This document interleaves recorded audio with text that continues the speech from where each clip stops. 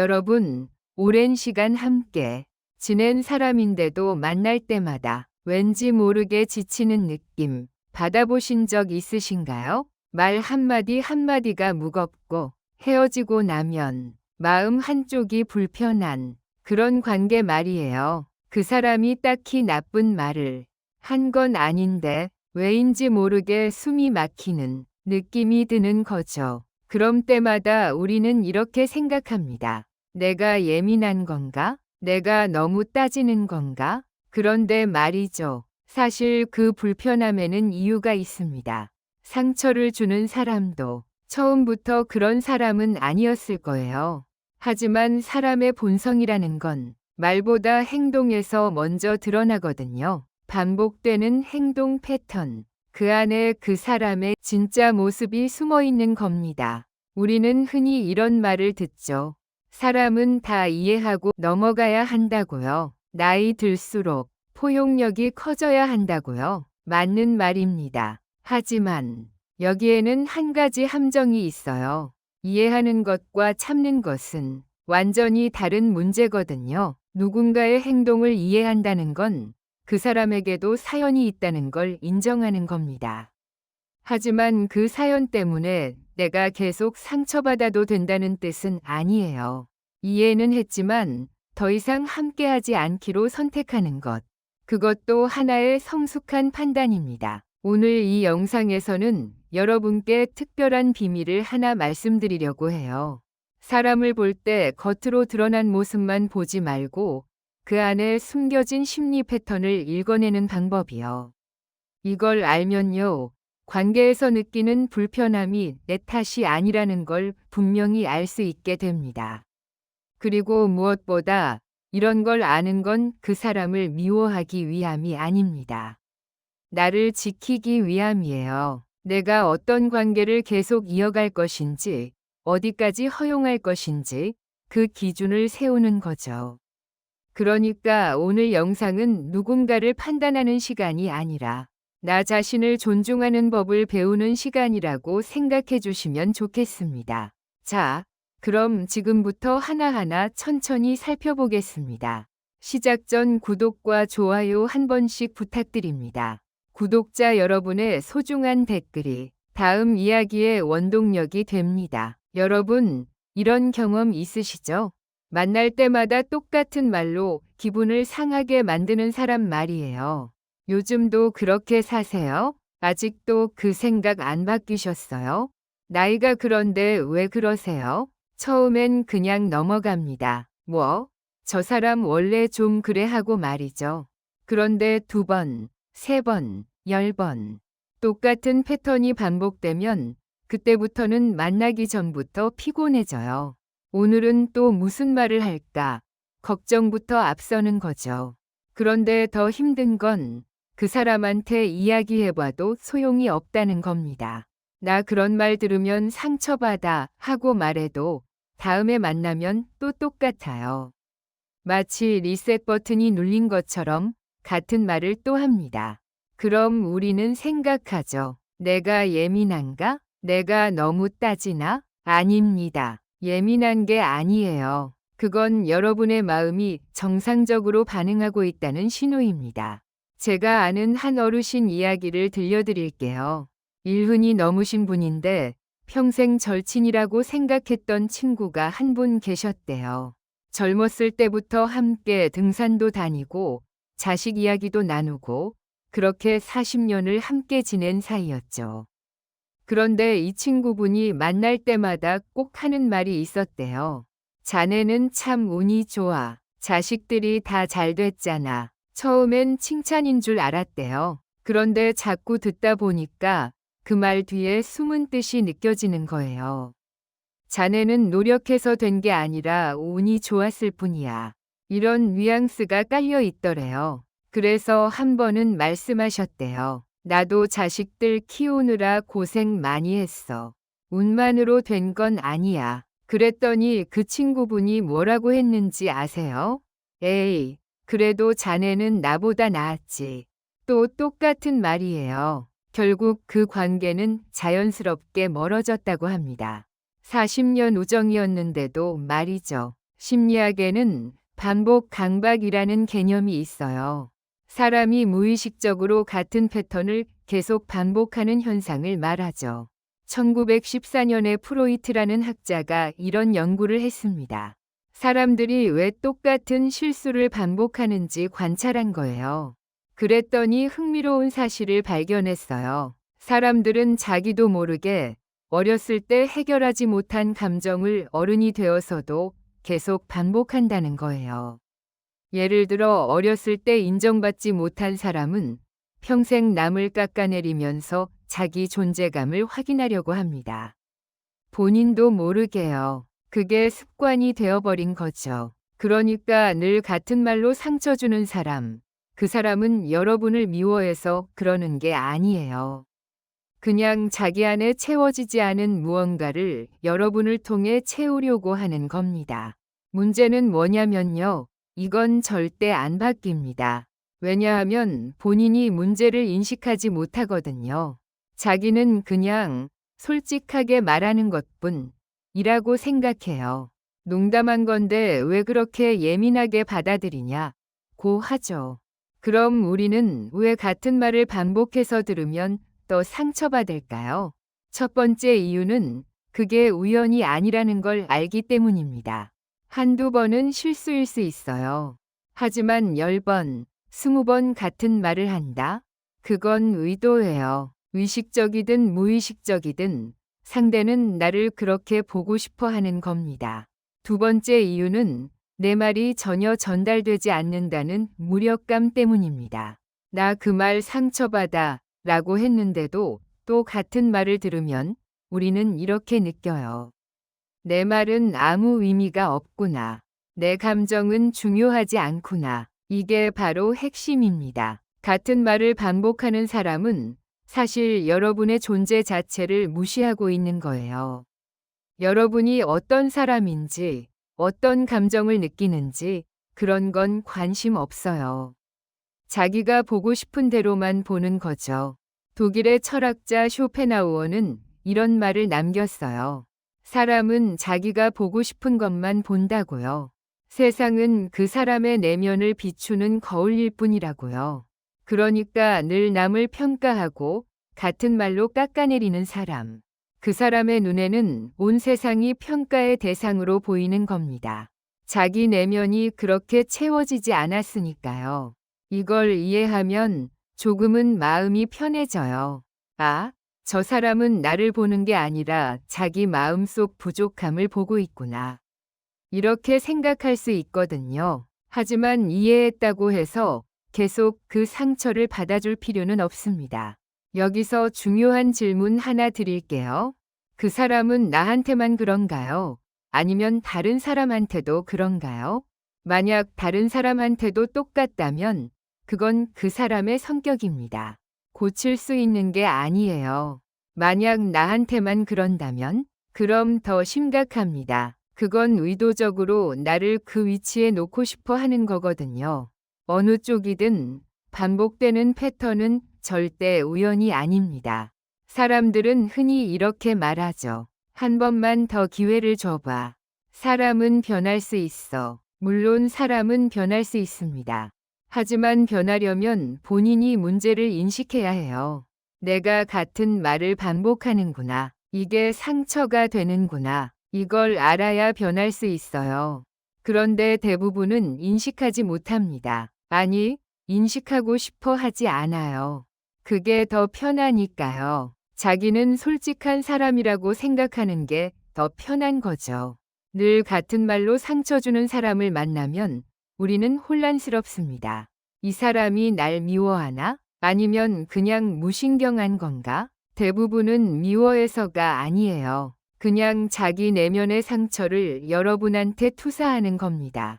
하지만 이유가 어떻든 상처는 상처예요. 반복되는 말은 반복되는 무시입니다. 그리고 반복되는 무시를 참는 건 이해가 아니라 자기 학대예요. 이제 이렇게 생각해 보세요. 이 사람과의 관계가 나를 성장시키나? 아니면 나를 움츠러들게 하나? 만약 후자라면 그 관계는 이미 균형이 깨진 겁니다. 균형이 깨진 관계는 누가 나쁘고 누가 좋고의 문제가 아니에요. 그냥 맞지 않는 거예요. 여러분은 누구의 샌드백도 아니고 누구의 거울도 아닙니다. 여러분은 여러분의 감정을 존중받을 자격이 있어요. 그러니 같은 말을 반복하는 사람이 있다면 한 번은 말하되 두 번째부터는 거리를 두세요. 그게 나를 지키는 첫 번째 방법입니다. 여러분, 이런 사람 주변에 계신가요? 사소한 일에도 금방 화를 내는 사람 말이에요. 밥을 먹다가 반찬이 짜다고 버럭 소리를 지르고 길을 가다가 누가 살짝 스치기만 해도 화를 내고 전화 통화할 때도 목소리가 점점 높아지는 사람. 함께 있으면 늘 긴장하게 되는 그런 사람들이죠. 처음엔 생각해요. 오늘 기분이 안 좋은가 보다. 그런데 다음에 만나도 똑같고 그 다음에 만나도 똑같아요. 그러다 보면 우리는 눈치를 보게 됩니다. 오늘은 기분이 어떨까? 뭘 조심해야 할까? 이게 얼마나 피곤한 일인지 아시죠? 제가 아는 분 중에 이런 경우가 있었어요. 70대 어르신인데 평생 화를 참지 못하는 남편과 사셨대요. 젊었을 때는 남자들이 원래 그렇지 하고 참았대요. 나이 들면 좀 나아지겠지 했는데 오히려 더 심해졌다고 해요. 밥상에 반찬이 마음에 안 들면 소리 지르고 TV 리모컨이 안 보이면 난리치고 자식들이 전화 안 한다고 화내고. 이 어르신은 평생 그 눈치를 보며 사셨대요.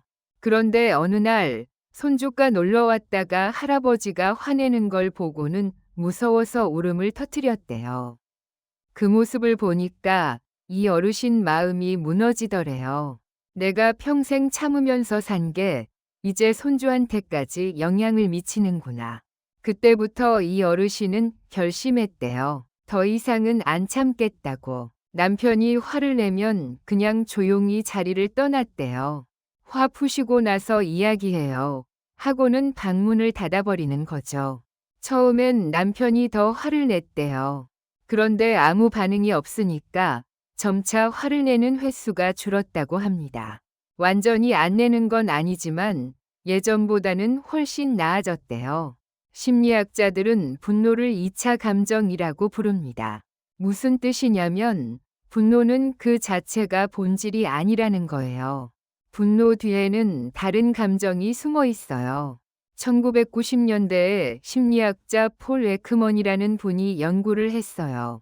사람들이 화를 낼 때의 표정과 상황을 관찰했죠. 그랬더니 흥미로운 결과가 나왔어요. 화를 내는 사람 대부분은 사실 두려움이나 무력감을 느끼고 있었다는 거예요. 상황을 통제할 수 없다는 불안감, 무시당한다는 느낌, 자존심이 상한 느낌. 이런 게 먼저 있고 그걸 표현할 방법을 몰라서 화로 나타나는 겁니다. 쉽게 말하면 화는 방패예요. 자기 안의 약한 모습을 감추기 위한 방어막이죠. 문제는 이 사람들 대부분이 자기가 진짜 무엇 때문에 화가 났는지 모른다는 겁니다. 그냥 화가 나 라고만 느껴요. 그러니까 대화로 풀 수가 없어요. 분노를 참지 못하는 사람들한테는 공통된 특징이 있어요. 첫째, 작은 일에도 과도하게 반응합니다. 컵을 잘못 놓았다고 화내고 말투가 마음에 안 든다고 소리 지르고.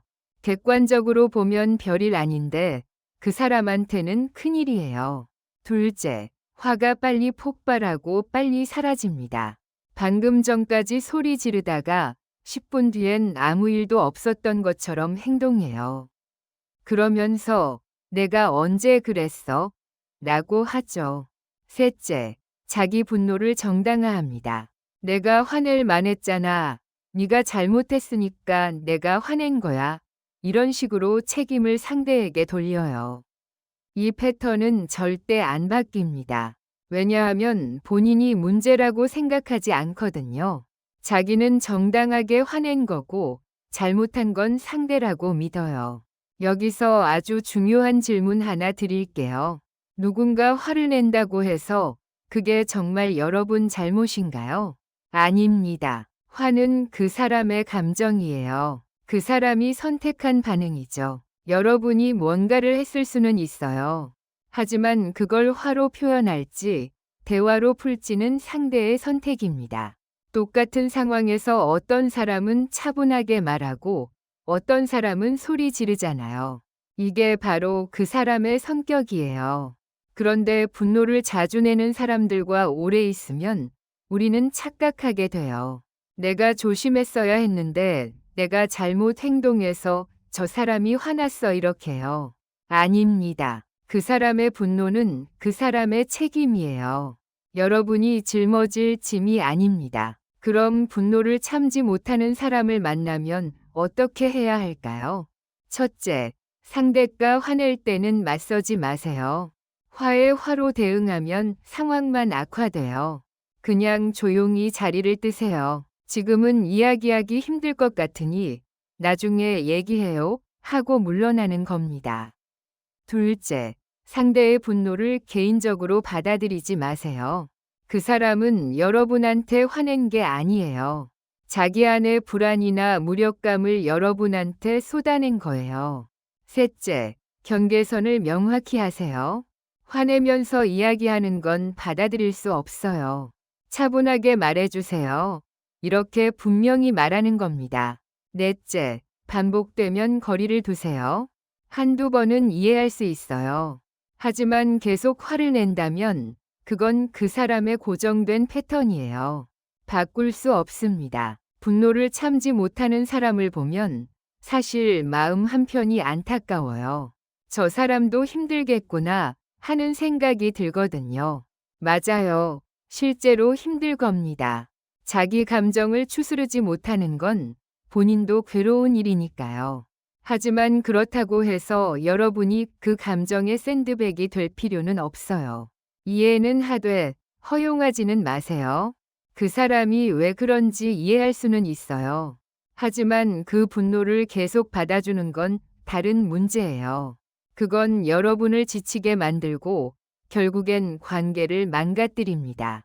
분노를 참지 못하는 사람과의 관계, 그 안에서 여러분이 스스로에게 물어봐야 할 질문은 이겁니다. 이 관계에서 나는 존중받고 있나요? 만약 대답이 아니오라면 이제는 나를 지킬 때입니다. 그게 두 번째 방법입니다. 관계에서 가장 당황스러운 순간이 언제일까요? 바로 아무 이유 없이 연락이 뚝 끊길 때입니다. 어제까지만 해도 잘 지냈어요. 전화도 하고 문자도 주고받고 약속도 잡고 그랬는데. 그런데 어느 날부터 갑자기 연락이 안 돼요. 전화해도 안 받고 문자 보내도 답이 없고. 처음엔 바쁜가 보다 생각합니다. 그런데 일주일이 지나고 한 달이 지나도 소식이 없으면 그때부터는 불안해져요. 내가 뭘 잘못했나? 무슨 실수를 했나? 머릿속으로 지난 대화를 계속 되짚어 봅니다. 혹시 내가 기분 나쁜 말을 했나? 뭔가 실례를 했나? 그런데 아무리 생각해도 잘 모르겠어요. 더 힘든 건 한참 뒤에 우연히 마주치면 그 사람은 아무렇지 않다는 듯이 웃으면서 인사한다는 겁니다. 어머, 오랜만이에요. 마치 아무 일도 없었던 것처럼요. 제가 아는 분 중에 이런 일을 겪으신 분이 계세요. 60대 중반의 여성분인데 20년 넘게 알고 지낸 동창 친구가 있었대요. 한 달에 한 번씩은 꼭 만나서 밥도 먹고 차도 마시고 그랬던 사이였죠. 그런데 어느 날부터 그 친구가 연락이 안 되는 거예요. 전화해도 바빠서 그래. 나중에 연락할게. 이러고는 끊고 문자 보내도 익십만 하고 처음엔 정말 바쁜가 보다 했대요. 그런데 석 달이 지나도록 연락이 없으니까 이분이 걱정이 돼서 친구 집에 직접 찾아갔대요. 혹시 아프거나 무슨 일이 있나 싶어서요. 그런데 문을 열어준 친구의 얼굴을 보니까 아픈 것 같지도 않고 멀쩡하더래요. 왜 왔어? 하는 표정이었대요. 너 요즘 연락이 안 되길래 걱정돼서 왔어. 무슨 일 있어? 그랬더니 친구가 뭐라고 했는지 아세요? 아, 요즘 좀 정신없어서 미안해. 나중에 연락할게. 그리고 다시 연락이 없었답니다. 그렇게 20년 우정이 흐지부지 끝났어요. 나중에 다른 친구를 통해 들으니까 그 친구가 새로운 모임에 빠져서 거기 사람들하고만 어울린다고 하더래요. 옛날 친구들은 다 정리한 거죠. 아무 말 없이요. 심리학에서는 이런 사람들을 회피형 애착을 가진 사람이라고 부릅니다. 1970년대에 심리학자 메리 에인스워스라는 분이 재미있는 실험을 했어요. 아이들이 엄마와 떨어질 때 어떤 반응을 보이는지 관찰한 거죠. 그랬더니 크게 세 가지 유형이 나왔어요. 하나는 엄마가 떠나면 울고 돌아오면 안기는 아이들.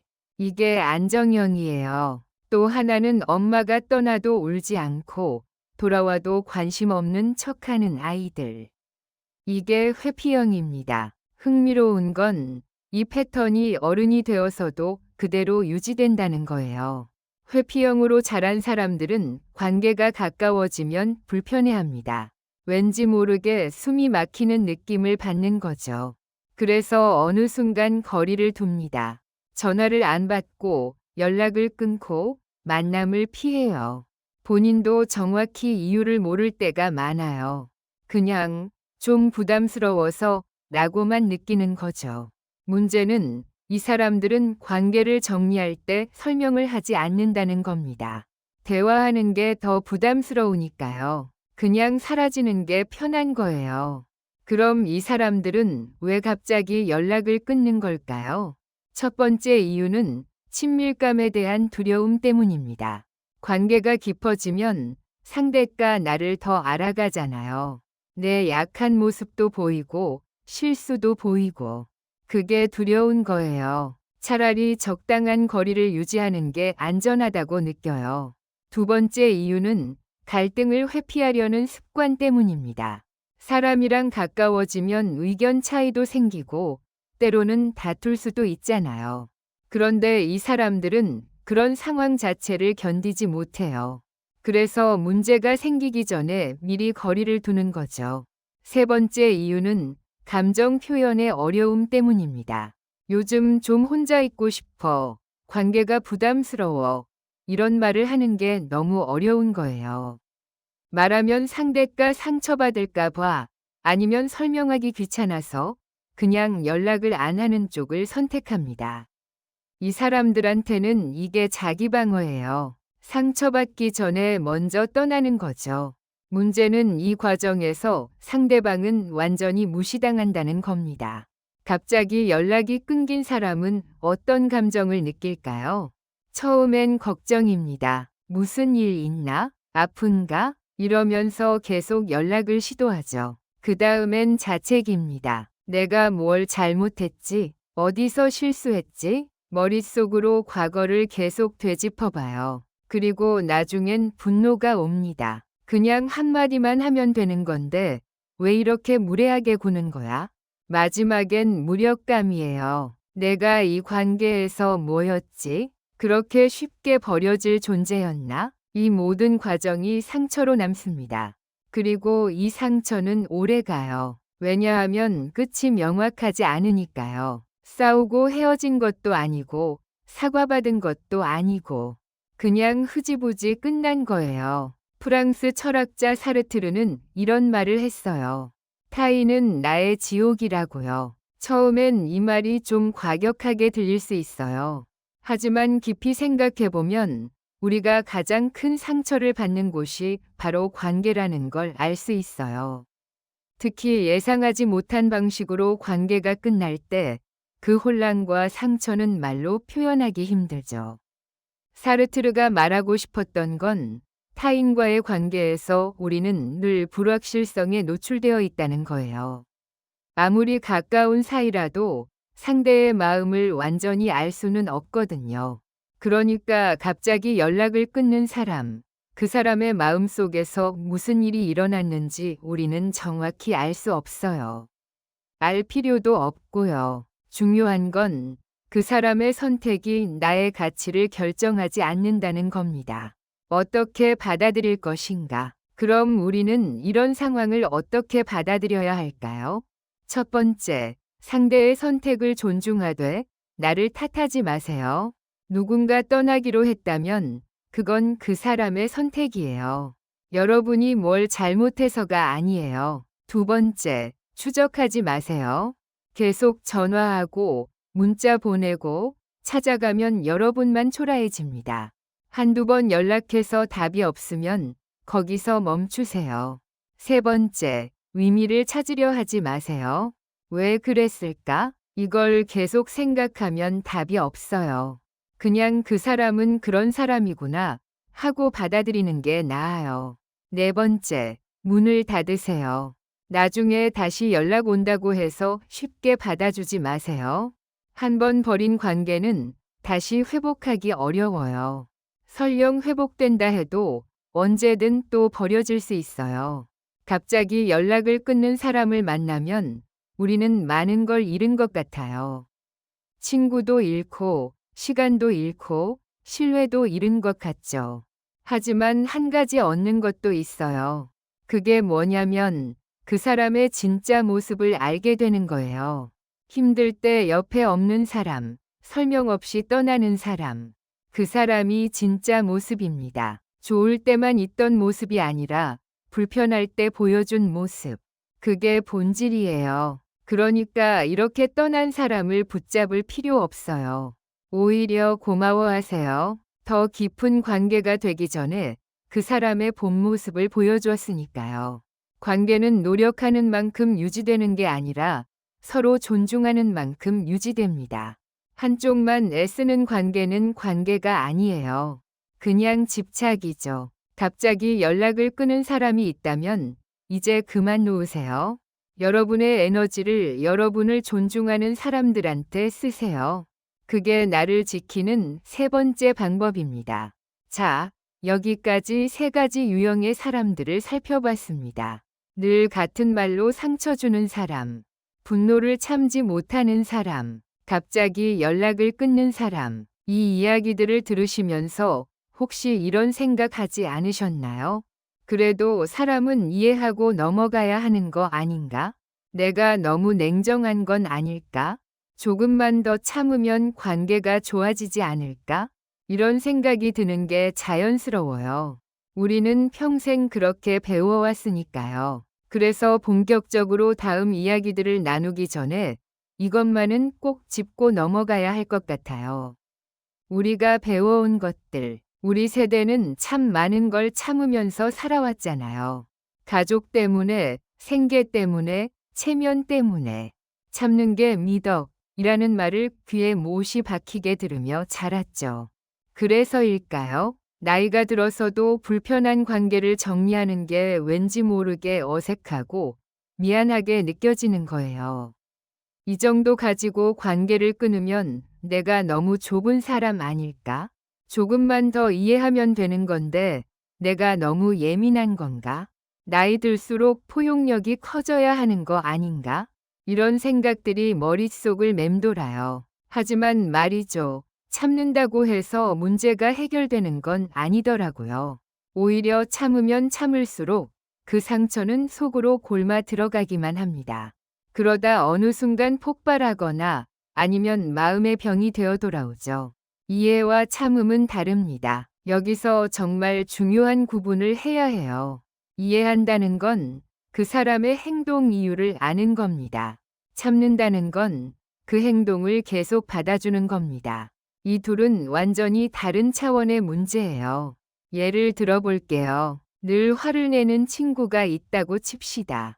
알고 보니 그 친구는 어렸을 때 부모님께 제대로 사랑받지 못해서 불안이 크다는 걸 알게 됐어요. 이해가 되죠. 아, 그래서 저렇게 예민하구나.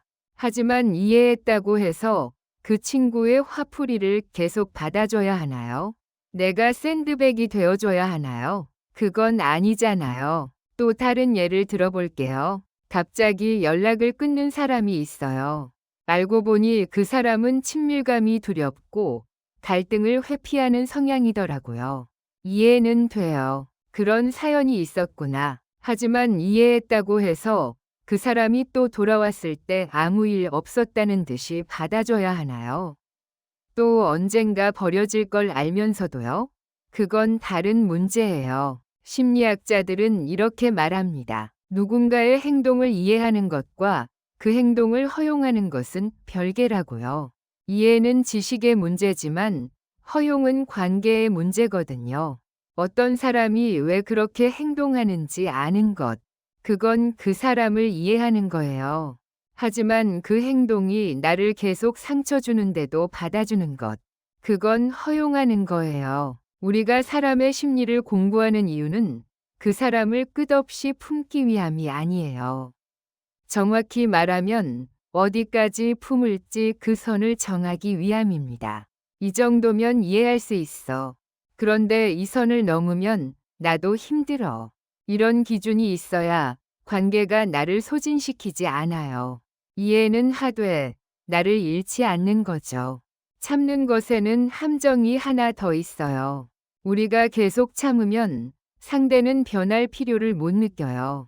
저 사람은 내가 이래도 받아주네. 그럼 굳이 바꿀 필요가 없지, 이렇게 되는 거죠. 반대로 우리가 명확하게 선을 긋고 이건 안 돼 라고 말하면 상대는 비로소 생각하게 돼요. 아, 이건 진짜 문제구나. 물론 그래도 안 바뀌는 사람들이 대부분이에요. 하지만 적어도 우리는 선을 그은 거예요. 내가 어디까지 허용하고 어디서부터 허용하지 않는지 분명히 한 거죠. 이게 바로 나를 지키는 방법입니다. 포용력과 자기 학대는 다릅니다. 나이 들수록 포용력이 커져야 한다는 말, 맞는 말이에요. 하지만 진짜 포용력은 뭘까요? 진짜 포용력은 다른 사람의 다름을 인정하는 거예요. 저 사람은 나와 다르구나. 그래도 괜찮아, 이렇게 생각하는 거죠. 하지만 상처받으면서도 계속 참는 건 포용력이 아니에요. 그건 자기 학대예요. 포용력은 나도 편안하고 상대도 편안한 상태예요. 자기 학대는 나는 힘든데 상대만 편한 상태죠. 이 차이를 분명히 알아야 해요. 그러니까 지금부터 제가 말씀드리는 사람들의 행동 패턴, 그거 듣고 나서 아, 저 사람도 사연이 있구나 하고 더 참으라는 게 절대 아닙니다. 오히려 정반대예요. 아, 이런 패턴은 절대 안 변해. 그러니 나는 이제 여기까지만 허용하겠어. 이런 판단을 내리시라고 말씀드리는 겁니다. 관계에서 가장 중요한 건 상대를 바꾸는 게 아니라 나를 지키는 거니까요. 지금까지 3가지 강렬한 패턴을 봤어요. 이제부터는 좀 더 은근하지만 그래서 더 헷갈리는 패턴들을 살펴볼 거예요. 겉으로는 친절한데 뒤에서는 다른 말을 하는 사람. 도움을 주고 나서 계속 기억시키는 사람. 칭찬하는 것 같은데 은근히 깎아내리는 사람. 집착하고 확인하는 사람. 그리고 마지막으로 끝까지 변하지 않는 사람. 이 모든 걸 볼 때 기억하세요. 이해는 하되 허용하지는 마세요. 배려는 하되 희생하지는 마세요. 관계는 유지하되 나를 잃지는 마세요. 그게 우리가 나이 들어서 배워야 할 가장 중요한 지혜예요. 자, 그럼 계속해서 다음 이야기들을 나눠 볼까요? 여러분, 이런 사람 만나보신 적 있으시죠? 앞에서는 웃으면서 좋은 말만 하다가 뒤에서는 전혀 다른 말을 하는 사람 말이에요. 여러분 앞에서는 언니 정말 대단해요. 형 존경해요. 이렇게 말하다가 다른 사람한테는 그 사람 별거 아니에요. 과장이 심하더라고요. 이렇게 말하는 거죠. 처음엔 모르고 지내요. 그 사람이 나한테는 친절하니까 좋은 사람인 줄 알죠.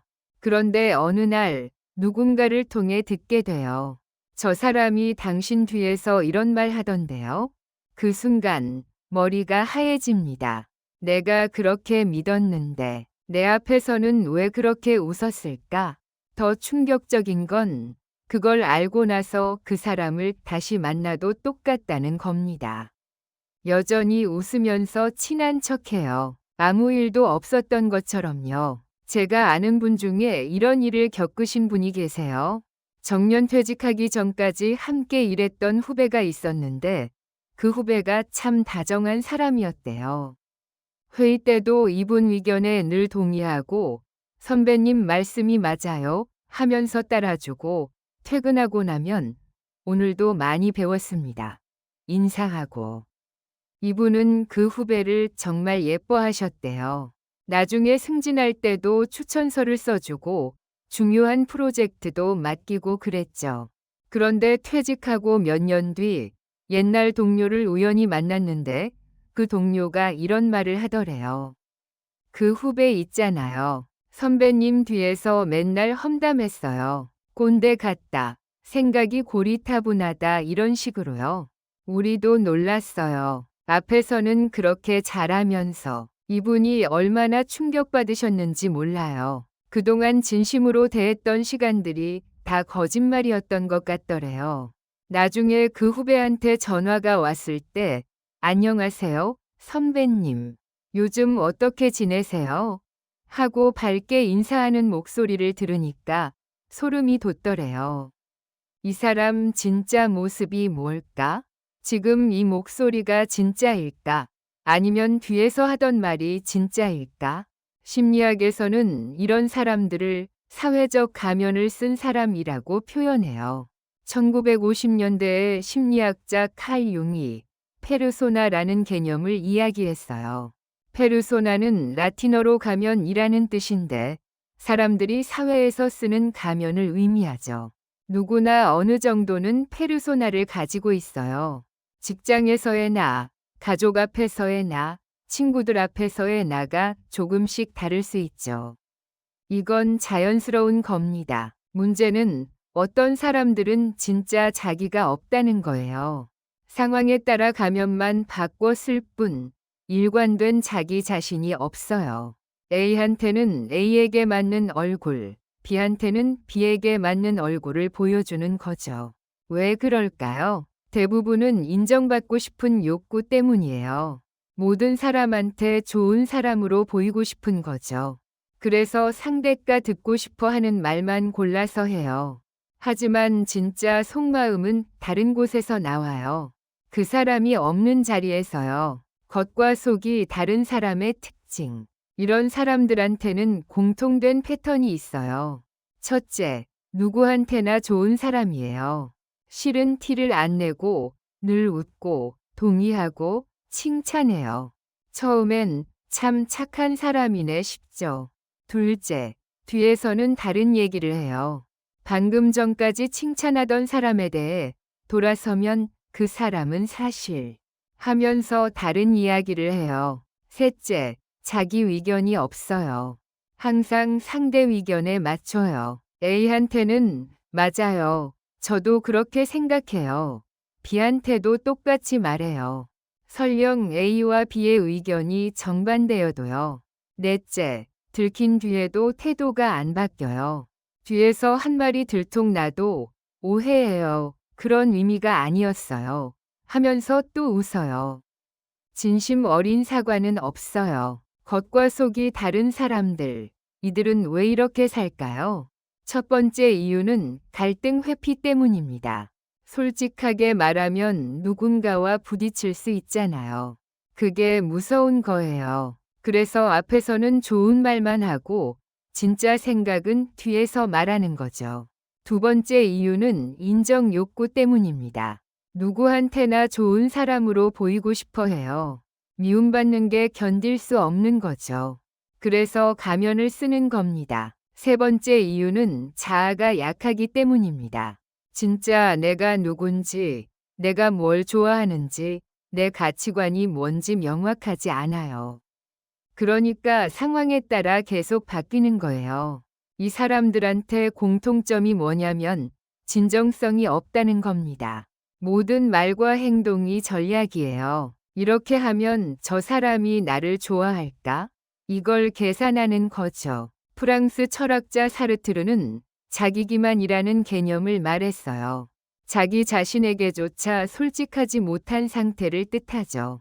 겉과 속이 다른 사람들은 사실 자기한테도 거짓말을 하고 있어요. 나는 좋은 사람이야. 나는 모두를 배려하는 사람이야. 이렇게 자기 자신을 속이는 거죠. 하지만 진실은 다르잖아요. 진짜 좋은 사람은 일관성이 있어요. 앞에서 한 말과 뒤에서 하는 말이 다르지 않아요. 겉과 속이 다른 사람은 결국 누구한테도 진심을 주지 못해요. 자기 자신한테도요. 그래서 이 사람들은 평생 외로워요. 진짜 자기를 아는 사람이 없으니까요. 그럼 우리는 겉과 속이 다른 사람을 어떻게 알아볼 수 있을까요? 첫째, 일관성을 보세요. 이 사람이 상황에 따라 말이 바뀌는지 관찰하는 거예요. A 앞에서 한 말과 B 앞에서 한 말이 다르면 조심해야 해요. 둘째, 구체적인 의견을 물어보세요. 넌 어떻게 생각해? 했을 때 명확한 의견이 없이 글쎄, 뭐가 좋을까? 이렇게만 대답하면 자기 생각이 없는 거예요. 셋째, 다른 사람들 얘기를 들어보세요. 여러 사람이 그 사람 뒤에서 다른 말 해 라고 하면 그건 사실일 가능성이 높아요. 넷째, 위기 상황을 보세요. 진짜 사람은 어려울 때 드러나요. 겉과 속이 다른 사람은 위기가 오면 슬쩍 빠져요. 앞에서는 제가 도와드릴게요 했지만 실제로는 안 나타나요. 겉과 속이 다른 사람을 알게 됐다면 어떻게 해야 할까요?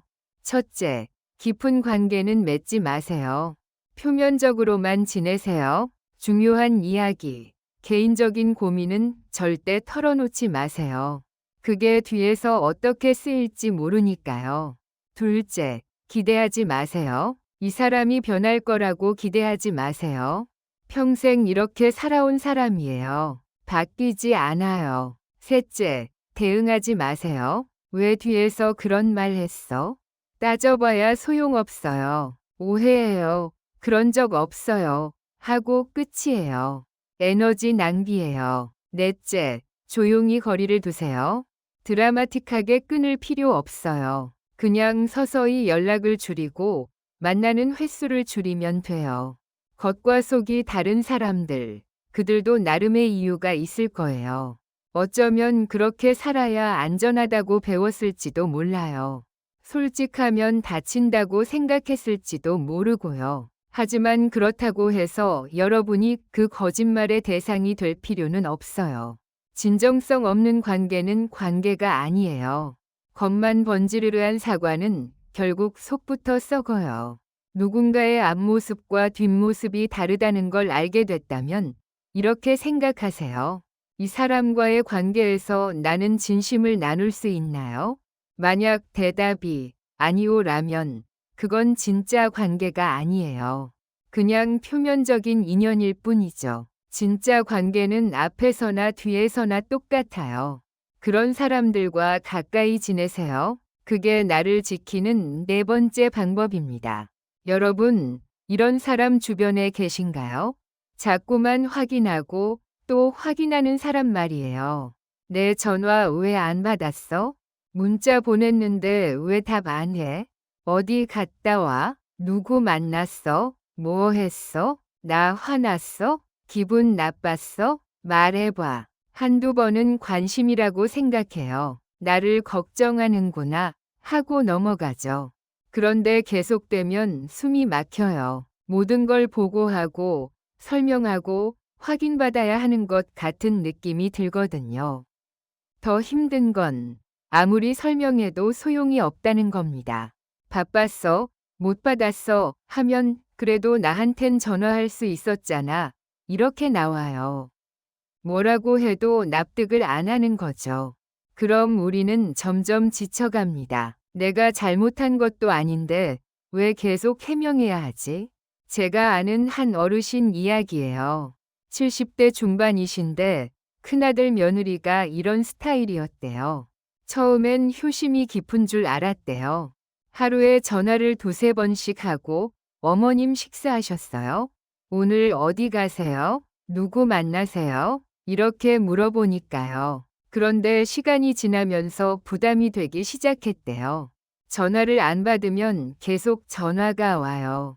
한 번은 목욕하느라 전화를 못 받았는데 30분 만에 5통이 왔더래요.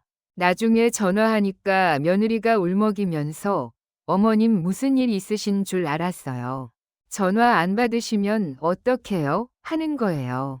이 어르신이 미안해, 목욕하고 있었어 했더니 그럼 목욕 전에 말씀해 주시지. 걱정했잖아요 하더래요. 그때부터 이 어르신은 어디를 가든 며느리한테 먼저 연락하게 됐대요. 나중에 전화 못 받으면 또 걱정할 테니까 하면서요. 한 번은 친구 만나러 나갔다가 전화를 받았는데 며느리가 누구 만나세요? 어디서 만나요? 몇 시에 들어오세요? 이렇게 물어보더래요. 이 어르신 말씀이 며느리가 날 걱정하는 건지 감시하는 건지 모르겠더라고요. 마치 내가 보고받아야 하는 사람이 된 것 같았어요. 심리학이 말하는 불안 애착. 심리학에서는 이런 사람들을 불안형 애착을 가진 사람이라고 불러요. 1980년대에 심리학자 신디 하잔과 필립 쉐이버가 성인 애착 유형을 연구했어요. 그랬더니 어렸을 때 부모와의 관계가 불안정했던 사람들은 어른이 되어서도 계속 불안해한다는 걸 발견했죠. 이 사람들의 특징은 뭐냐면 확인하지 않으면 불안해진다는 겁니다. 상대가 지금 어디 있는지, 뭐 하는지, 자기를 어떻게 생각하는지 계속 확인해야 안심이 돼요. 왜 그럴까요? 어렸을 때 안정적인 사랑을 받지 못했기 때문이에요. 부모가 오늘은 다정하다가 내일은 차갑거나 있다가 없다가 하면 아이는 불안해져요. 엄마가 날 사랑하나? 버리는 건 아닌가? 이런 불안이 생기는 거죠. 이 불안이 어른이 되어서도 계속돼요. 연인한테도, 친구한테도, 가족한테도 똑같이 적용되는 거예요. 문제는 아무리 확인해도 불안이 안 사라진다는 겁니다. 오늘 확인했어도 내일 또 확인해야 하고, 오전에 확인했어도 오후에 또 확인해야 해요. 끝이 없어요. 그럼 진짜 관심과 집착은 어떻게 다를까요? 진짜 관심은 상대를 편하게 해요. 요즘 어때? 잘 지내? 물어보고 대답 들으면 다행이다 하고 끝이에요. 답장이 늦어도 바쁘구나 하고 이해해요. 집착은 상대를 불편하게 만들어요. 왜 연락 안 해? 뭐 했어? 어디 갔어? 계속 물어보고 답을 해도 또 물어봐요. 정말 그게 다야? 다른 건 없어? 이렇게요. 진짜 관심은 신뢰가 바탕이에요. 이 사람은 알아서 잘하겠지 하고 믿는 거죠. 집착은 불안이 바탕이에요. 이 사람이 나를 떠나는 건 아닐까, 나를 속이는 건 아닐까 의심하는 거죠. 진짜 관심은 여유가 있어요. 연락이 늦어도 기다릴 수 있어요. 집착은 여유가 없어요. 조금만 연락이 없어도 불안해하고 확인하려고 해요. 왜 이렇게 확인하려 할까? 집착하고 확인하는 사람들은 사실 내면이 많이 불안해요. 첫 번째는 버림받을까 봐 두려워해요. 내가 확인하지 않으면 이 사람이 날 떠날지도 몰라. 이렇게 생각하는 거죠. 그래서 계속 붙잡으려고 하는 겁니다. 두 번째는 통제하고 싶어 해요. 상대의 모든 걸 알고 있으면 안전하다고 느껴요. 예측 가능하니까요. 반대로 모르는 게 있으면 불안해지는 거죠. 세 번째는 자기 존재감을 확인하려고 해요. 이 사람이 내 연락에 바로 답한다. 내 질문에 성실히 대답한다. 이게 자기가 중요한 사람이라는 증거처럼 느껴지는 거예요. 이 사람들한테 문제는 상대방이 아니에요. 자기 자신이에요. 자기 내면의 불안을 해결하지 않고 상대를 통해 채우려고 하는 거죠. 그럼 계속 확인받는 사람은 어떤 기분일까요? 처음엔 죄책감이 들어요. 내가 뭘 잘못했나? 왜 이렇게 불안하게 만들었을까? 그 다음엔 답답함이 와요. 아무리 설명해도 소용없네. 믿지를 않아. 그러다 나중엔 화가 나요. 나는 뭐 하는 사람이야? 왜 계속 보고해야 해? 마지막엔 무기력해져요. 뭘 해도 안 되겠구나. 그냥 피하는 게 나아. 이렇게 되면 관계는 이미 망가진 겁니다. 한쪽은 불안해서 더 붙잡으려 하고 다른 쪽은 숨막혀서 벗어나려고 하는 거죠. 철학자 에리히 프롬의 통찰. 독일 심리학자이자 철학자인 에리히 프롬은 이런 말을 했어요. 진짜 사랑은 자유를 주는 거라고요. 상대를 소유하려는 건 사랑이 아니라 집착이라고요. 생각해보면 맞는 말이에요. 누군가를 진짜 아낀다면 그 사람이 자유롭게 숨 쉴 수 있게 해줘야 해요. 매 순간 확인하고 감시하고 통제하는 건 사랑이 아니에요. 집착하는 사람은 이렇게 생각해요. 내가 이렇게 확인하는 건 너를 사랑하기 때문이야. 하지만 받는 사람은 이렇게 느껴요. 이건 사랑이 아니라 감옥이야. 그럼 우리는 집착하고 확인하는 사람을 만나면 어떻게 해야 할까요? 첫째, 경계선을 명확히 하세요.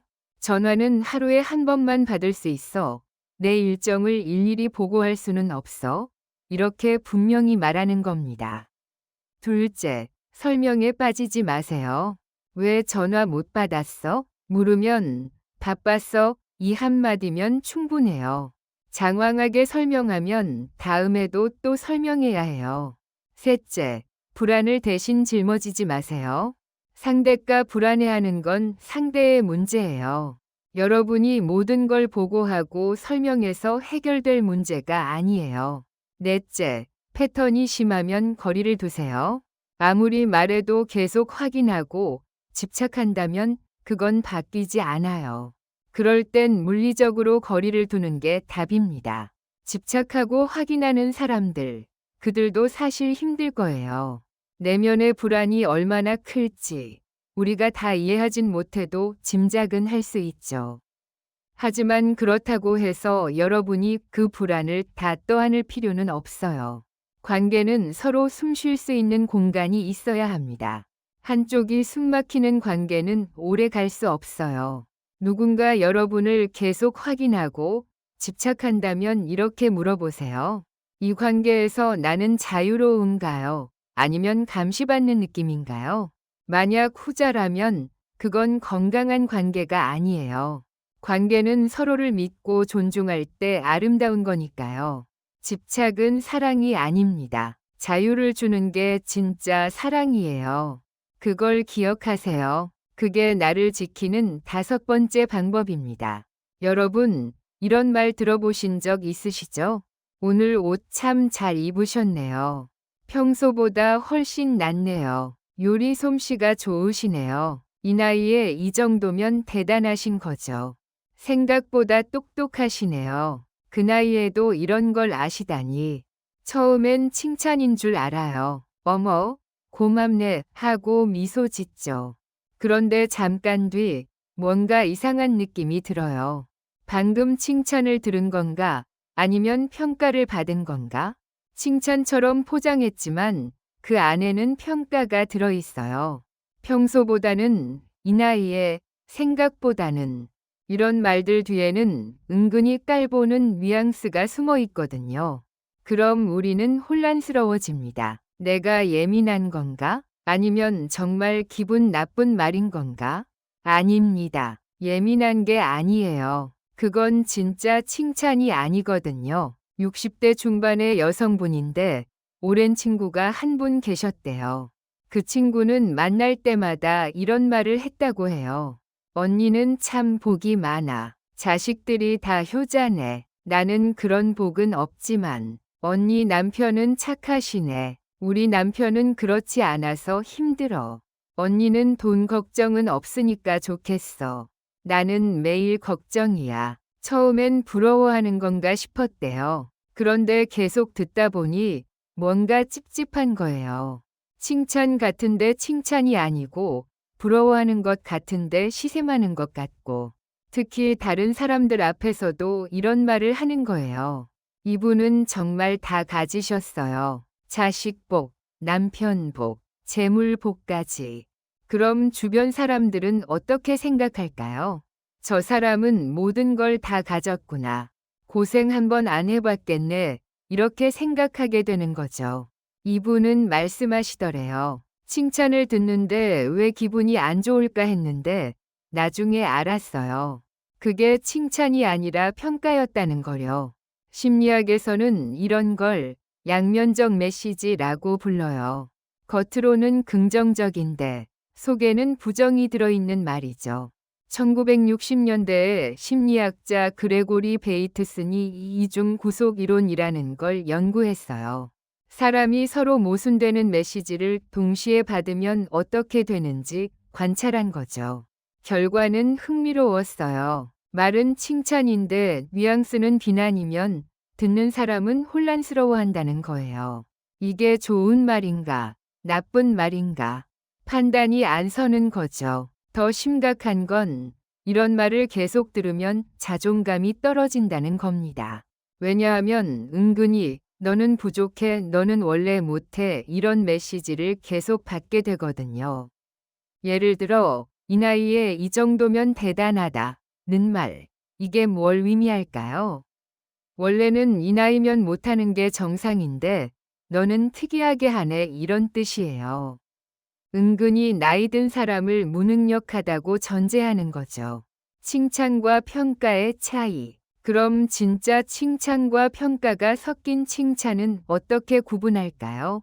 진짜 칭찬은 조건이 없어요. 오늘 옷 정말 예쁘네요. 요리 정말 맛있어요. 그냥 여기서 끝이에요. 비교도 없고 조건도 없고 평가도 없어요. 평가가 섞인 칭찬은 항상 조건이 붙어요. 평소보다는, 생각보다는, 이 나이에는, 그래도, 하지만 이런 말들이 붙으면 그건 칭찬이 아니라 평가예요. 진짜 칭찬은 듣고 나면 기분이 좋아요. 그냥 순수하게 좋아요. 평가가 섞인 칭찬은 듣고 나면 뭔가 찝찝해요. 기분이 좋아야 하나, 나빠야 하나? 헷갈리는 거죠. 그럼 사람들은 왜 칭찬에 평가를 섞어서 말할까요? 첫 번째 이유는 시샘 때문입니다. 상대가 잘하는 게 부러운데 솔직하게 칭찬하기는 싫은 거예요. 그래서 칭찬하면서 동시에 깎아내리는 거죠. 좋긴 한데 완벽하진 않아? 이런 뉘앙스를 주는 겁니다. 두 번째 이유는 우월감 유지 때문입니다. 상대를 순수하게 칭찬하면 자기가 아래에 있는 것 같은 느낌이 드는 거예요. 그래서 그래도 나보다는 못해. 특별한 경우지. 보통은 아니야. 이런 식으로 선을 긋는 겁니다. 세 번째 이유는 습관 때문입니다. 어렸을 때부터 이런 말투를 들으며 자랐으면 본인도 모르게 똑같이 하게 돼요. 칭찬은 하되 너무 기고만장하지 않게 이런 식의 교육을 받았던 거죠. 어느 경우든 공통점이 있어요. 상대를 있는 그대로 인정하지 못한다는 겁니다. 독일 철학자 니체는 이런 말을 했어요. 약한 사람일수록 남을 평가하려 든다고요. 자기 존재감을 확인하는 방법이 그것밖에 없으니까요. 생각해보면 그래요. 진짜 자신감 있는 사람은 남을 평가할 필요가 없어요. 그냥 잘하시네요 하고 순수하게 칭찬하면 돼요. 그게 자기를 위협하지 않으니까요. 반대로 자신감 없는 사람은 항상 자기를 남과 비교해요. 나보다 나은가, 못한가, 이걸 확인해야 안심이 되는 거죠. 그래서 칭찬하면서도 동시에 평가하는 겁니다. 그러니까 칭찬에 평가를 섞는 사람, 그 사람은 사실 자기 자신에 대한 불안이 큰 거예요. 여러분 때문이 아니라 자기 문제인 거죠. 그럼 우리는 이런 말을 들었을 때 어떻게 해야 할까요? 첫째, 그 말을 액면 그대로 받지 마세요. 이 나이에 대단하시네요. 들었을 때 감사합니다 하고 넘어가되 마음속으로는 걸으세요. 저 사람은 저렇게 생각하는구나 정도로만 받아들이는 거죠. 둘째, 되돌려주지 마세요. 상대가 언니는 복이 많아요 하면 당신도 복 많아요. 이렇게 맞받아치고 싶어질 수 있어요. 하지만 그러면 똑같이 되는 거예요. 그냥 고마워요 하고 끝내세요. 셋째, 패턴이 보이면 거리를 두세요. 가끔 한 번이 아니라 만날 때마다 이런 식으로 말한다면 그건 그 사람의 고정된 방식이에요. 바뀌지 않아요. 그러면 만나는 횟수를 줄이는 게 답입니다. 넷째, 내 가치를 남의 평가에 두지 마세요. 누가 뭐라고 하든 여러분의 가치는 변하지 않아요. 잘하면 잘하는 거고 못하면 못하는 거예요. 남이 평가할 문제가 아니에요. 진짜 칭찬을 알아보는 법. 진짜 여러분을 아끼는 사람은 어떻게 말할까요? 그 사람은 조건 없이 칭찬해요. 대단하시네요. 멋지세요. 그냥 이렇게만 말해요. 생각보다 나이에 비해 이런 말 안 붙여요. 그리고 다른 사람들 앞에서도 똑같이 말해요. 뒤에서 따로 평가하지 않아요. 무엇보다 그 사람과 있으면 편해요. 칭찬을 듣든 안 듣든 내가 있는 그대로 인정받는 느낌이 들어요. 이런 사람들을 가까이 하세요. 그게 나를 지키는 방법이에요. 칭찬 뒤에 평가를 붙이는 사람들, 그들도 나름의 이유가 있을 거예요. 불안하거나 시샘이 나거나 아니면 그냥 습관이거나. 하지만 이유가 어떻든 그런 말은 듣는 사람을 불편하게 만들어요. 진짜 칭찬은 조건이 없습니다. 평가가 섞인 칭찬은 독이 든 사탕이에요. 여러분은 누군가의 평가 대상이 아닙니다. 여러분은 있는 그대로 존중받을 자격이 있어요. 그러니 칭찬인지 평가인지 헷갈리는 말을 들으면 이렇게 생각하세요. 저 사람의 기준일 뿐이야. 나는 나대로 잘하고 있어. 남의 평가에 흔들리지 않는 것. 그게 나를 지키는 6번째 방법입니다. 여러분, 이런 경험 있으신가요? 누가 도움을 줬는데 받고 나니까 오히려 마음이 불편한 경우 말이에요. 이거 내가 해줄게. 됐어요. 괜찮아요. 아니야. 내가 해줄게. 나 이런 거 잘해. 그렇게 도움을 받았어요. 고맙다고 했죠. 그런데 며칠 뒤에 그 사람이 이렇게 말해요. 저번에 내가 도와줬잖아. 기억하지? 이번엔 네가 좀 도와줘야 하는 거 아니야? 나 그거 하느라 진짜 힘들었어. 아, 그때부터 마음이 무거워지는 거예요. 그냥 고맙다고 했으면 됐지. 왜 자꾸 상기시키는 걸까? 도움을 받은 게 빚이 된 것 같은 기분이 드는 거죠. 더 불편한 건 나중에 다른 사람들한테도 이렇게 말한다는 겁니다. 내가 저번에 씨 도와줬거든요. 그거 하느라 얼마나 고생했는지 몰라요. 그럼 우리는 생각해요. 차라리 도움 안 받을 걸. 이렇게 불편할 줄 알았으면. 제가 아는 분 중에 이런 일을 겪으신 분이 계세요. 60대 후반의 남성분인데 친한 후배가 하나 있었대요. 그 후배가 어느 날 차를 빌려달라고 했어요. 급한 일이 있다면서요. 이분이 기꺼이 차를 빌려줬죠. 천천히 쓰고 와 하면서요. 후배도 고맙다고 인사하고 갔어요. 그런데 문제는 그 다음부터였어요. 만날 때마다 그 후배가 그 이야기를 꺼내는 거예요. 형, 저번에 차 빌려주셔서 정말 큰 도움 됐어요. 그때 형 아니었으면 큰일 날 뻔했어요. 정말 은혜 평생 못 잊어요. 처음엔 예의 바른 거라고 생각했대요. 그런데 한 달이 지나도 2달이 지나도 똑같은 말을 하는 거예요. 심지어 다른 사람들 앞에서도 이분이 저번에 저 엄청 도와주셨어요 하면서 계속 언급하더래요. 그러다 보니 이분이 오히려 부담스러워지기 시작했대요. 내가 뭘 그렇게 대단한 걸 해줬나? 그냥 차 한 번 빌려준 건데. 나중엔 그 후배를 만나는 게 불편해졌답니다. 또 그 이야기를 할까 봐요. 결국 관계가 써먹해졌대요. 심리학에는 호혜성의 원칙이라는 게 있어요. 사람은 누군가에게 받으면 돌려줘야 한다는 심리적 압박을 느낀다는 거죠. 1970년대에 심리학자 로버트 치알디니가 재미있는 실험을 했어요. 사람들한테 작은 선물을 주고 나중에 부탁을 했더니 대부분 들어주더래요. 선물을 안 준 사람들보다 훨씬 높은 비율로요.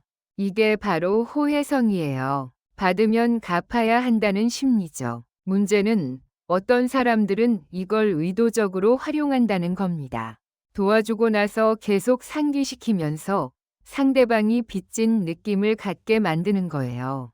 그러면 나중에 자기가 부탁할 때 거절하기 어렵게 되거든요. 더 심각한 건 이런 사람들 대부분은 자기가 이러는지도 모른다는 겁니다. 무의식적으로 하는 거예요. 어렸을 때부터 내가 이만큼 해줬는데 라는 말을 들으며 자랐거나 자기 존재감을 인정받는 방식이 도움을 주는 것뿐이었던 거죠. 그럼 진짜 도움과 가짜 도움은 어떻게 구분할까요? 진짜 도움은 주고 나면 끝입니다. 내가 도와줬어 하고 말하지 않아요. 상대가 고맙다고 하면 별것 아니야 하고 넘어가죠. 나중에 다시 언급하지도 않고요. 가짜 도움은 계속 기억시킵니다. 저번에 내가 도와줬잖아. 그거 내가 해준 거 알지? 이렇게 계속 상기시켜요. 은연중에 빚진 느낌을 주는 거죠. 진짜 도움은 상대를 편하게 해요. 도움을 받고 나서도 마음이 가벼워요. 가짜 도움은 상대를 불편하게 만들어요. 도움을 받고 나서 오히려 마음이 무거워져요. 이 차이를 알면 누가 진심으로 도와주는 건지 알 수 있어요.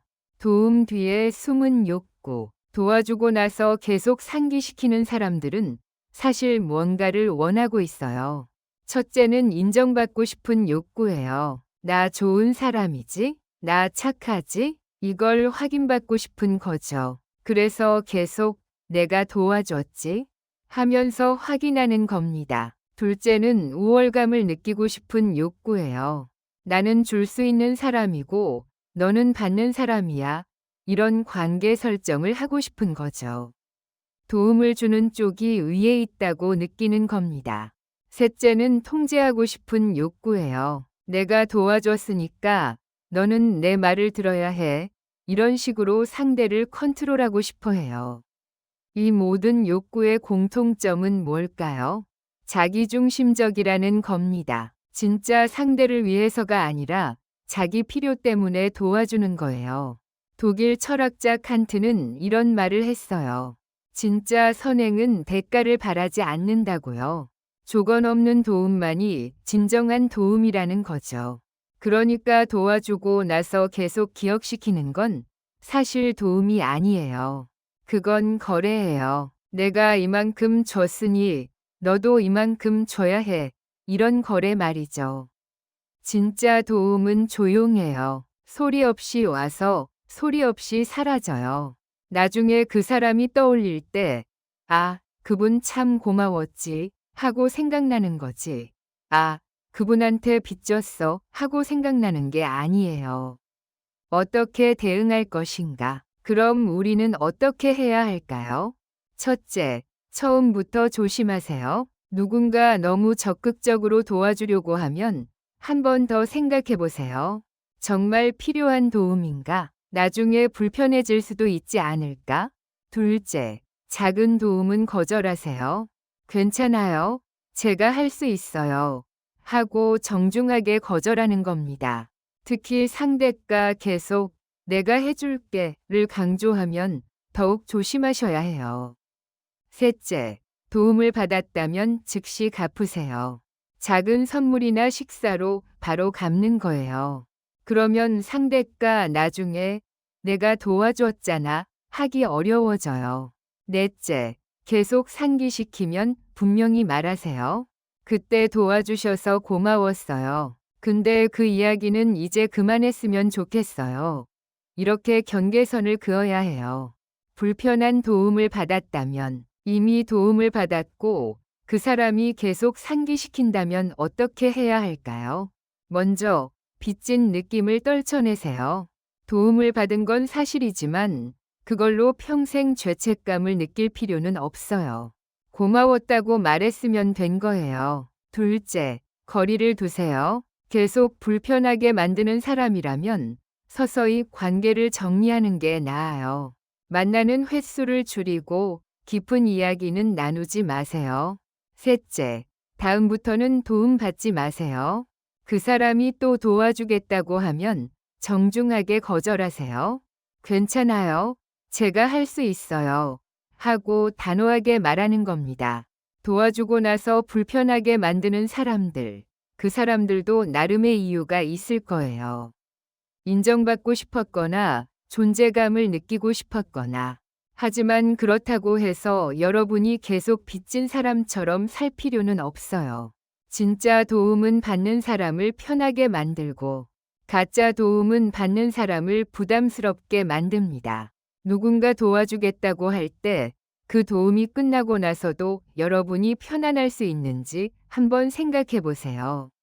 만약 불편해질 것 같다면 정중하게 거절하는 것도 지혜입니다. 도움은 받아야 할 때도 있지만 때로는 거절하는 게 나를 지키는 길이에요. 그게 관계를 건강하게 만드는 7번째 방법입니다. 여러분, 이런 사람 주변에 계신가요? 몇 번을 말해도 몇 년을 기다려도 절대 변하지 않는 사람 말이에요.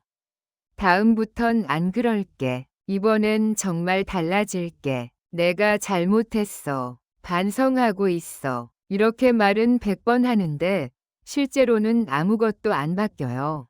똑같은 행동을 반복하죠. 또 상처 주고, 또 사과하고, 또 똑같은 짓 하고. 처음엔 믿어요. 이번엔 진심인가 보다 하고요. 그런데 한 달 지나면 또 똑같아요. 1년이 지나도 10년이 지나도 변한 게 없어요. 그럼 우리는 지쳐갑니다. 내가 기대를 너무 크게 한 건가? 사람은 원래 안 바뀌는 건가? 아닙니다. 사람은 바뀔 수 있어요. 단, 본인이 진짜 바뀌고 싶을 때만 바뀝니다. 제가 아는 어르신 이야기를 들려드릴게요. 70대 초반의 여성분인데 40년 넘게 같은 문제로 힘들어하셨던 분이에요. 남편이 술만 마시면 화를 내고 물건을 집어던지고 소리를 지르는 분이었대요.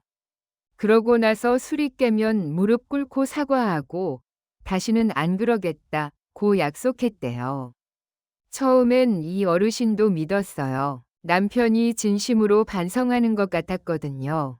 이번엔 정말 달라지겠지 하고 기다렸죠. 하지만 한 달도 안 돼서 똑같은 일이 반복됐어요. 술 마시고, 화내고, 사과하고.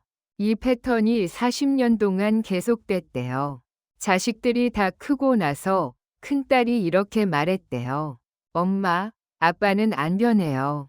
엄마가 변해야 해요. 이제 그만 기대하세요. 그 말을 듣고 이 어르신이 깨달았대요.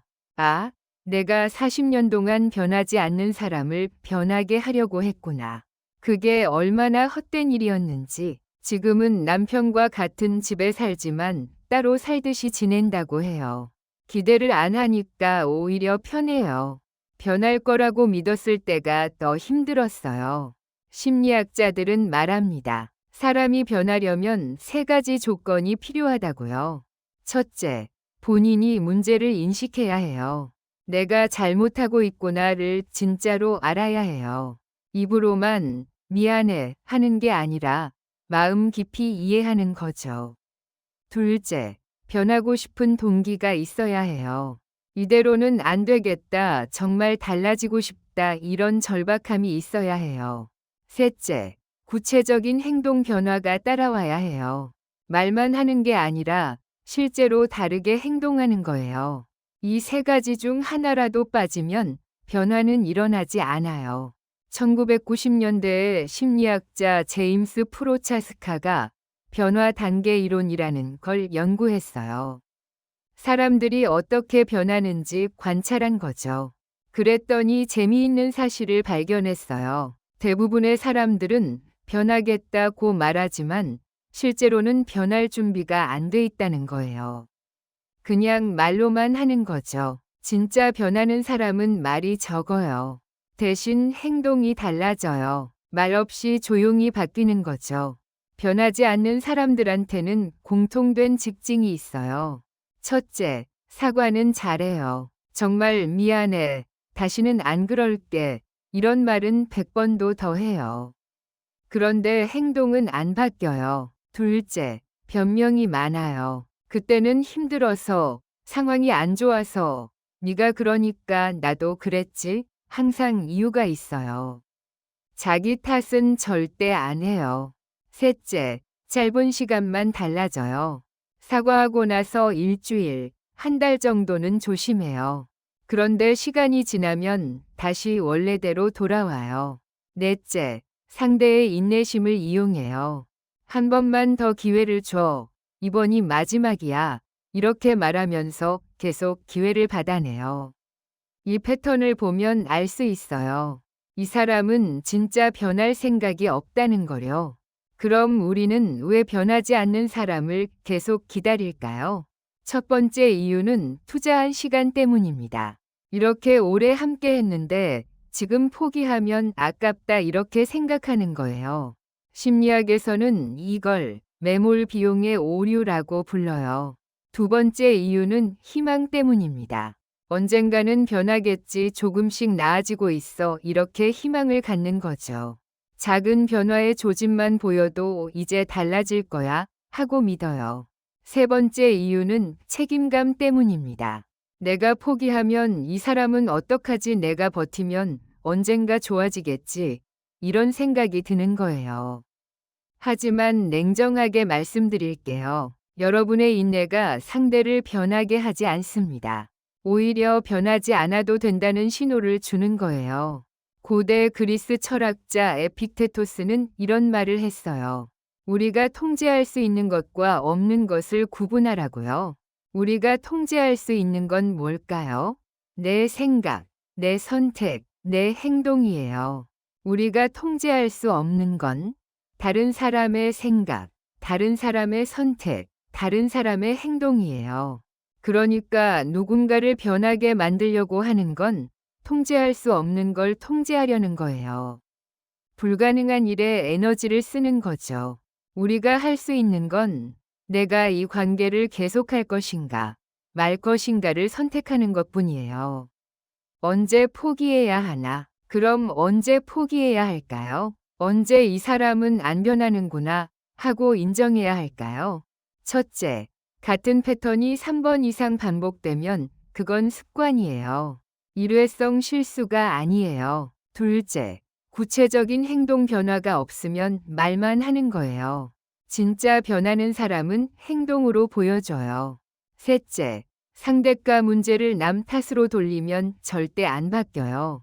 자기 책임을 인정하지 않으니까요. 넷째, 여러분이 지쳐 있다면 그건 이미 너무 오래 기다린 겁니다. 더 기다려봐야 달라질 게 없어요. 변하지 않는 사람과의 선택, 변하지 않는 사람과 어떻게 해야 할까요? 여러분한테는 두 가지 선택지가 있어요. 하나는 이 사람이 평생 이대로여도 괜찮다고 받아들이는 것. 변하기를 기대하지 않고 있는 그대로를 받아들이는 거예요. 단, 이건 여러분이 행복할 때만 가능한 선택이에요. 다른 하나는 거리를 두는 것. 관계를 완전히 끊으라는 게 아니에요. 하지만 기대를 내려놓고 감정적 거리를 두는 거죠. 어느 쪽을 선택하든 중요한 건 더 이상 변하기를 기대하지 않는 것입니다. 거리를 둔다는 것. 거리를 둔다는 게 냉정하게 느껴질 수 있어요.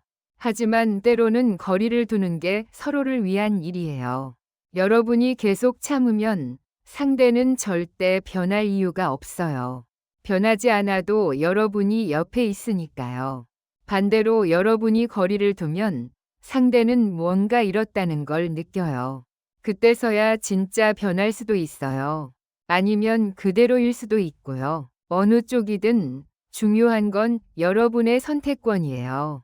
계속 참을 것인가, 떠날 것인가. 그건 여러분이 결정하는 겁니다. 끝까지 변하지 않는 사람들, 그들도 나름의 이유가 있을 거예요. 변하는 게 두렵거나, 방법을 모르거나, 아니면 정말 변할 필요를 못 느끼거나. 하지만 그게 어떤 이유든 여러분이 평생 기다릴 이유는 아니에요.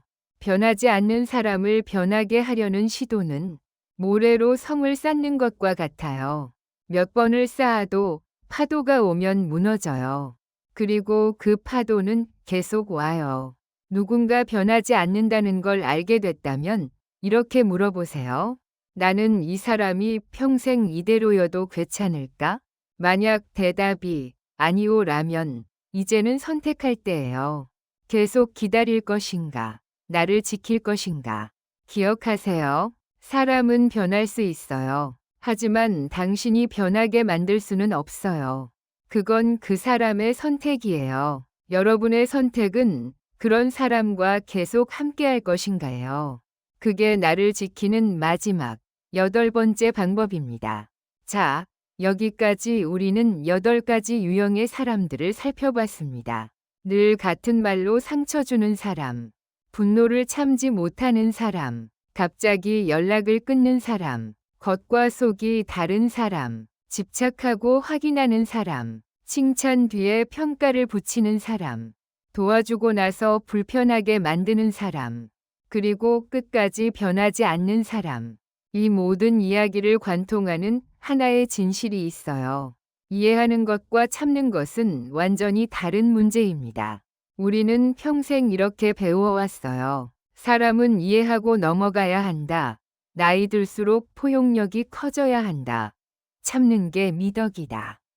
맞는 말입니다. 하지만 여기엔 중요한 조건이 하나 빠져 있어요. 누군가의 행동을 이해할 수는 있어요. 그 사람도 사연이 있고 상처가 있고 나름의 이유가 있을 거예요. 우리 모두가 완벽하지 않으니까요. 하지만 이해했다고 해서 그 행동을 계속 받아줘야 하는 건 아니에요. 이해는 지식의 문제지만 허용은 관계의 문제거든요. 이 사람의 행동을 이해는 하겠어. 하지만 더 이상 함께하지는 않을게. 이렇게 선택하는 것도 하나의 성숙한 판단입니다. 그럼 우리는 어떤 기준으로 관계를 판단해야 할까요? 간단합니다. 딱 하나만 물어보세요. 이 관계는 나를 편안하게 하나요? 아니면 나를 계속 설명하게 만드나요? 편안한 관계는 있는 그대로의 나를 인정해줘요. 내가 왜 그랬는지, 무슨 생각인지 장황하게 설명하지 않아도 이해해줘요. 불편한 관계는 늘 설명을 요구해요. 왜 전화 못 받았는지, 왜 그렇게 행동했는지, 왜 기분이 안 좋은지. 계속 해명하게 만들어요. 편안한 관계에서는 실수해도 괜찮아요. 서로 이해하고 넘어가니까요. 불편한 관계에서는 늘 조심해야 해요. 실수하면 오래 붙잡히고 계속 상기당하니까요. 이게 관계를 판단하는 가장 정확한 기준이에요. 나이가 들수록 중요한 것. 우리 나이가 되면 사실 시간이 별로 안 남았잖아요. 남은 시간을 누구와 함께 보낼 것인가? 이게 정말 중요한 선택이에요. 젊었을 때는 참을 수 있었어요. 언젠가 좋아지겠지, 조금만 더 참자. 이렇게 생각할 여유가 있었죠. 하지만 이제는 달라요. 앞으로 10년, 20년을 불편한 관계를 유지하며 살 건지, 아니면 편안한 사람들과 행복하게 살 건지. 그 선택을 해야 할 때예요. 누군가를 떠나보내는 게 냉정하게 느껴질 수 있어요. 하지만 생각해 보세요. 나를 지치게 만드는 관계를 계속 유지하는 게 더 냉정한 일 아닐까요? 나 자신한테요. 이 영상 처음에 말씀드렸던 것 기억하시죠? 감정은 부패하기 전에 전달해야 한다고요. 불편한 관계를 계속 참으면 그 감정이 속에서 썩어요. 분노가 되고 원망이 되고 마침내 병이 되죠. 그러니 이제는 솔직해지세요. 나는 이 관계가 불편해. 나는 이 사람과 거리를 두고 싶어. 나는 더 이상 참고 싶지 않아. 이렇게 말하는 게 이기적인 게 아니에요. 정직한 거예요. 정직하게 말하고 분명하게 선택하고 당당하게 거리를 두는 것. 그게 나를 지키는 방법이고 동시에 상대를 존중하는 방법이기도 해요. 애매하게 참으면서 속으로 원망하는 것보다 명확하게 선을 긋는 게 훨씬 정직한 태도니까요. 오늘 이 영상을 보신 여러분께 마지막으로 질문 하나 드리고 싶어요. 지금 여러분 주변에 여러분을 지치게 만드는 사람이 있나요?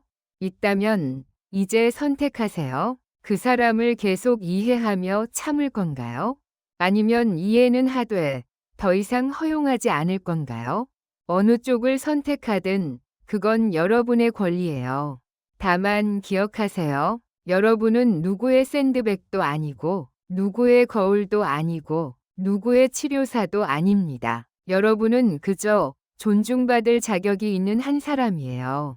그러니 이제는 나를 지키세요. 이해는 하되 허용하지 않으면서, 배려는 하되 희생하지 않으면서, 관계는 유지하되 나를 잃지 않으면서. 그게 우리가 나이 들어서 배워야 할 가장 중요한 지혜가 아닐까요?